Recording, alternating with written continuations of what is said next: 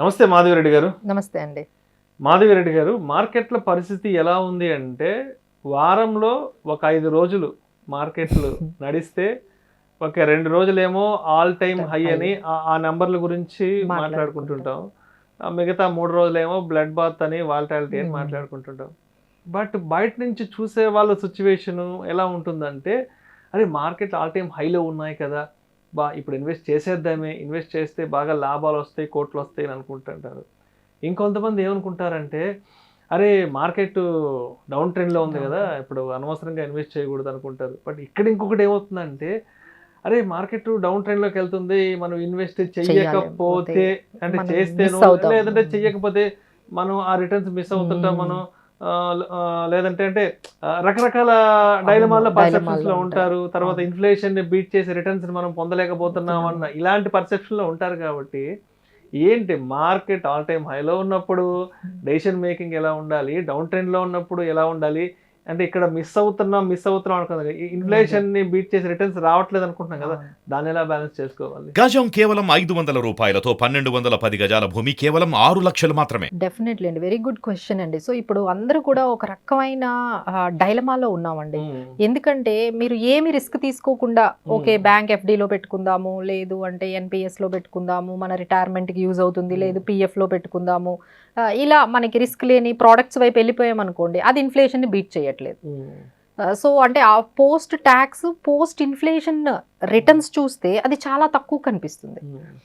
So ఇవి కాకుండా సరే ఎంత మినిమం కావాలి, ఇప్పుడు అందరి క్వశ్చన్ ఏంటంటే మనం ఎక్కడైనా ఇన్వెస్ట్ చేస్తే మినిమం ఎంత రిటర్న్స్ రావాలి అనేది క్వశ్చన్. మినిమం 12% రావాలండి. మీరు ఎక్కడైనా ఇన్వెస్ట్ చేయండి, ఏ ప్రోడక్ట్లో అయినా చేయండి, మీకు మినిమం 12% ఇంట్రెస్ట్ కానీ రిటర్న్స్ కానీ రాలేదు అంటే మనం ఇన్ఫ్లేషన్ని బీట్ చేయటం లేదు, ట్యాక్సెస్ని కూడా మనం ట్యాక్స్ ఆ పోస్ట్ ట్యాక్స్ పోస్ట్ ఇన్ఫ్లేషన్ ఇవన్నీ బీట్ చేసుకుంటూ ఒక వెల్త్ని క్రియేట్ చేయాలి అంటే మినిమం 12% 15% రిటర్న్స్ కావాలి.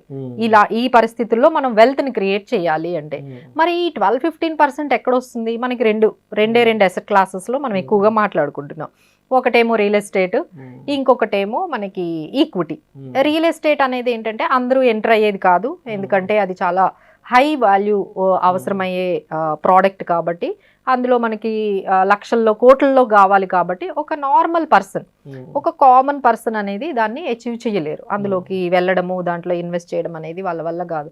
సో నెక్స్ట్ మనకు వచ్చింది ఈక్విటీ. ఈక్విటీలో ఏంటంటే మనం 500 రూపీస్ నుంచి 1000 రూపీస్ నుంచి మీకు ఎలా కావాలంటే అలా మనం ఇన్వెస్ట్ చేసుకోవచ్చు. మీరు ఇన్ఫ్లేషన్ బీట్ చేసే రిటర్న్స్ మనకి హిస్టరీ కూడా చెప్తుంది. మనకి హిస్టరీ అంటే 40 ఇయర్స్ మనం సెన్సెక్స్ కానీ నిఫ్టీ కానీ చూసుకున్నట్లయితే ఇది 15% 14-15% అయితే ఖచ్చితంగా సిఏజిఆర్ ఇస్తుంది అని. సో నెక్స్ట్ క్వశ్చన్, ఓకే ఇందులోకి వెళ్దాము ఈక్విటీ అన్నట్టే మీరు చెప్పినట్లుగా మార్కెట్లు రోజుకొకలాగా, అంటే ఒకే రోజు అప్ అండ్ డౌన్ కూడా ఒకే రోజు అయిపోతుంది. ఆ రోజే మీరు ఇంకా రోజు అంటే ఒక రోజు ఒకలా ఉండట్లేదండి. సేమ్ డే మార్కెట్ మార్నింగ్ చూస్తే ఒక రకంగా ఉంటుంది, closing. So too much volatility. అంటే మేబీ మనం ఎలక్షన్స్ రాబోతున్నాయనే ఇష్యూ అయి ఉండొచ్చు, లేదు గ్లోబల్ జియో లేకపోతే అక్కడ ఉన్న మనకి టెన్షన్స్, మనకి జియో పొలిటికల్ టెన్షన్స్ ఒకవైపు ఉండొచ్చు, గ్లోబల్ ఎకానమీ స్లో డౌన్ అవ్వచ్చు. ఇలాంటి రిస్క్స్ మధ్య మరి ఈక్విటీలోకి ఎలా ఎంటర్ అవ్వాలి అనేది అందరికీ వచ్చే బిగ్గెస్ట్ క్వశ్చన్. సో దానికి మన సింప్లిఫైడ్గా ఎస్ఐపి అనేది కొత్తగా వచ్చింది. సో అందరు కూడా దాన్ని అడాప్ట్ చేసుకున్నారు, దాన్ని బాగా అర్థం చేసుకున్నారు. ఎస్ఐపి అనేది బాగా వర్కౌట్ అవుతుంది, systematic investment plan, mutual funds better, ఈక్విటీకి వెళ్ళడానికి ఇది మంచి పద్ధతి అనేది అందరికీ కొంచెం అర్థమైంది. కానీ ఇక్కడ మళ్ళీ కొన్ని జాగ్రత్తలు పాటించాలండి. ఇప్పుడు ఎస్ఐపి చేసినప్పుడు కూడా మీ ఇన్కమ్ 5 lakhs ఉండేటప్పుడు మీరు 10,000 ఎస్ఐపి చేశారు, మీ ఇన్కమ్ 7 lakhs అయినప్పుడు కూడా 10,000 ఎస్ఐపి చేస్తున్నారు. అది ఎలా అవుతుంది? సో మనం ఏం చేయాలి అంటే ఎస్ఐపిని కూడా టాప్అప్ చేసుకుంటూ వెళ్ళాలి. మీ ఇన్కమ్ పెరుగుతున్నప్పుడు అంతా కూడా ఒక 10% 20% మీ ఎస్ఐపిని కూడా టాప్అప్ చేసుకున్నట్లయితే మీకు కొంచెం అక్కడ మీకు మీ గోల్స్ని కానీ ఇన్ఫ్లేషన్ బీట్ చేసే ఈ వెల్త్ క్రియేషన్ అనేది మనకి బాగా జరుగుతుంది. ఇప్పుడు నెక్స్ట్ మేడం ప్లాట్ఫామ్ ఏం తీసుకోవాలి? ఇప్పుడే మనం చూసాం ఈ ఫిన్టెక్ ఇష్యూస్, ఈ పేటిఎంలు ఇవన్నీ చూసాం మేడం, చాలా వచ్చాయి, అన్ని ఫ్రీ ఏనంట. ఈ యాప్ అసలు ఇలా పెట్టుకుంటే మనం ఈజీగా వెంటనే ఓపెన్ చేసేసుకోవచ్చు, 1 hourలోనే మనము అన్ని ఓపెన్ అయిపోతుంది, 1 hourలోనే మనం యాక్షన్ అనేది స్టార్ట్ చేసేసేయచ్చు. అని చెప్పి అందరూ ఏం చేశారు, ఈ ఫిన్టెక్ యాప్ల వైపు వెళ్ళారు. సో దే కెన్ బై, డైరెక్ట్గా స్టాక్స్ కొంటున్నారు, డైరెక్ట్గా మ్యూచువల్ ఫండ్స్లో పెడుతున్నారు. But is it right? So definitely not అండి. ఎందుకంటే మీరు ఎటువంటి ఎక్స్పర్ట్ నాలెడ్జ్ లేకుండా, ఎటువంటి ఎక్స్పీరియన్స్ లేకుండా, ఈ స్కీమ్ సెలెక్షన్ ఏమీ తెలియకుండా ఏదో ఫ్రీ అనే ఆ ఒక్క వర్డ్ మీకు బాగా నచ్చుతుంది. సో కేవైసీ ఇది కూడా చాలా ఇంపార్టెంట్ అండి. ఎందుకంటే మేము కేవైసీ మా క్లయింట్స్కి చేయడానికి ఎన్ని డాక్యుమెంట్స్ తీసుకుంటాము, ఎంత వెరిఫికేషన్ చేస్తాం మాకే తెలుసు.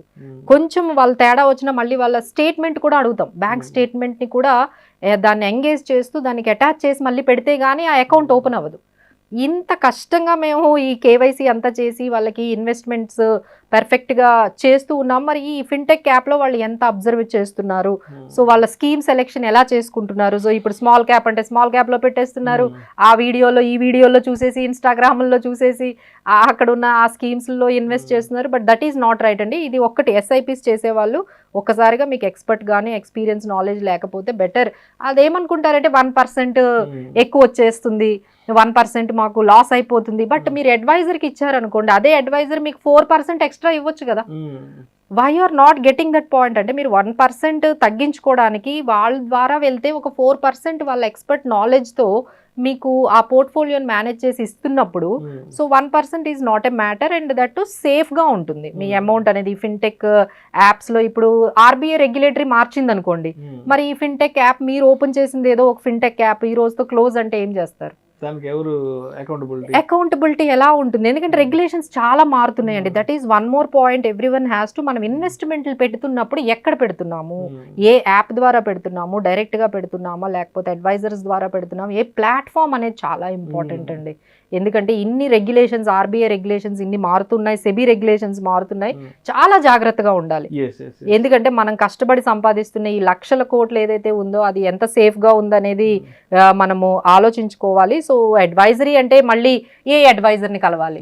Next question. మేడం మీరు బాగానే చెప్తున్నారు, అడ్వైజర్ ద్వారా వెళ్ళాలి, వాళ్ళైతే ఎక్స్పర్ట్ నాలెడ్జ్ అది ఉంటుంది అంటే. So there are some certified financial planners ఉన్నారండి, ఎక్స్పర్ట్ నాలెడ్జ్ ఎక్స్పీరియన్స్ వాళ్ళు ఉన్నారు. So they are very much reachable to you. So maybe ఒక 2000 రూపీస్ మేబీ కన్సల్టెన్సీ ఫీజు ఉంటుంది కానీ, but they can give you the best మీకు సరిపోయేటట్టుగా ఒక customised ప్లాన్ని వాళ్ళు ఆలోచించి మీకు ఇస్తారండి. So anything can be answerable అంటే వాళ్ళు అకౌంటబిలిటీ తీసుకుంటారు. అంటే ఇప్పుడు ఏదైనా మిస్టేక్ జరిగింది అనుకోండి, ఇప్పుడు ఎస్ఐపి ఆగిపోయింది, ఫిన్టెక్ యాప్ మీకు ఏం హెల్ప్ చేస్తుంది? కస్టమర్ కేర్ ఫోన్ చేస్తే అక్కడ ఏమి మీకు సమాధానం ఉండదు కదా. అదే ఒక ఎస్ఐపి ఆగిపోయింది అనుకోండి, you can directly get back to అస్.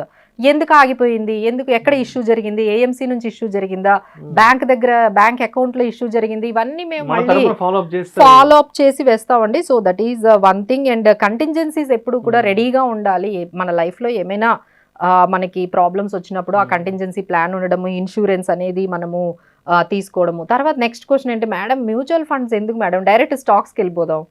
చాలా మంది మమ్మల్ని ఈ మధ్య మా క్లయింట్స్ అడుగుతున్నారు, మేడం మీ మ్యూచువల్ ఫండ్స్ లో చాలా వరకు పెట్టేసాం ఎస్ఐపీలు, ఇప్పుడు మా దగ్గర 3 లక్షలు 2 లక్షలు ఉంది, మేము స్టాక్స్ లోకి వెళ్ళిపోవచ్చా? Is it correct? వెళ్ళిపోవచ్చా అనే క్వశ్చన్ బాగానే ఉందండి, బట్ దాన్ని మేనేజ్ ఎవరు చేస్తారు? సో దానికి మనకి చాలా దానికి మళ్ళీ ఒక అడ్వైజర్ని పెట్టుకొని వాళ్ళ ద్వారా మేనేజ్ చేసుకోవాలా, లేకపోతే మనమే స్టాక్స్ని సెలెక్ట్ చేసేసుకొని ఒక యాప్ని క్రియేట్ చేసేసి దాంట్లో అమౌంట్ అనేది పెట్టొచ్చా అనే దానికి there are different solutions with us అండి.